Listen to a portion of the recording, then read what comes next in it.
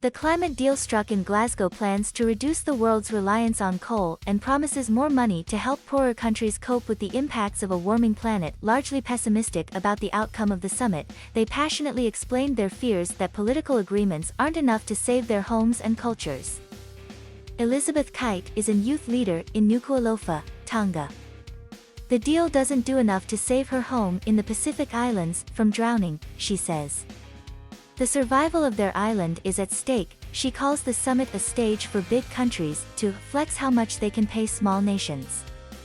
She wanted to hear rich countries acknowledge responsibility for historic greenhouse gas emissions. But they talk like promising money is a favor for us. It is not, she says. She became emotional when she was describing how proud she was to watch Pacific Island negotiators fight hard at the summit. Last week, Foreign Minister Simon Kité of Tuvalu gave a press conference standing in the sea to highlight rising sea levels. "We are friendly people and usually very peaceful. It's unnatural for us to come out so strong, and I'm sad the deal doesn't reflect how hard we tried," she explains. She is frustrated by what she feels is a lack of urgency and immediate actions. It's like rich countries are saying, "Yes, we'll let the islands die off and we'll try to figure something out along the way." But she sees signs of progress.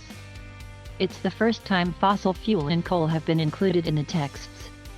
And she says the agreement to discuss separate funding for loss and damage, money to help countries pay for the damage caused by climate change they can't adapt to, is another positive step.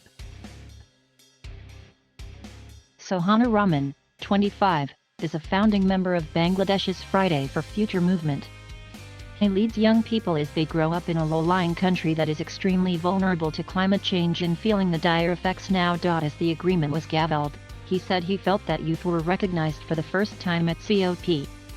But he concluded the end result is nothing. He was in Glasgow for 2 weeks and hoped to take back good news to the most affected communities.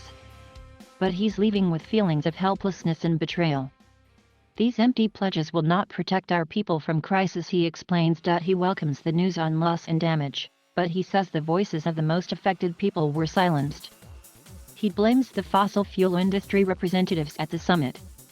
Children in Bangladesh will still be forced out of education and communities will be displaced by rising sea levels, he fears. Edwin Mumbarat in Uganda lives in the shadow of the Rwenzori Mountains where glacial melt and flooding is putting rural communities at huge risk.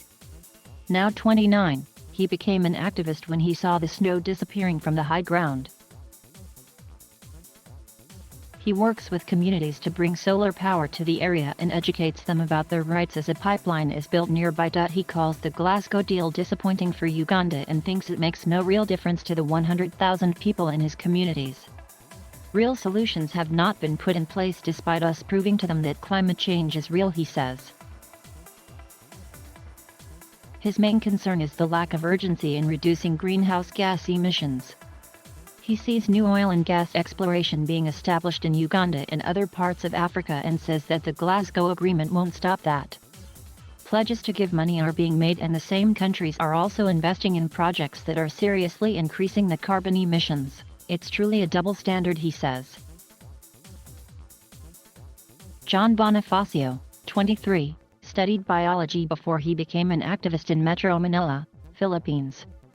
"It's a lot of one step forward, 2 steps backwards," he said about the deal. With 197 parties to the Union Summit, compromise between countries with vastly different priorities is the route to agreement. But he says this compromise is completely unjust for countries on the climate front line.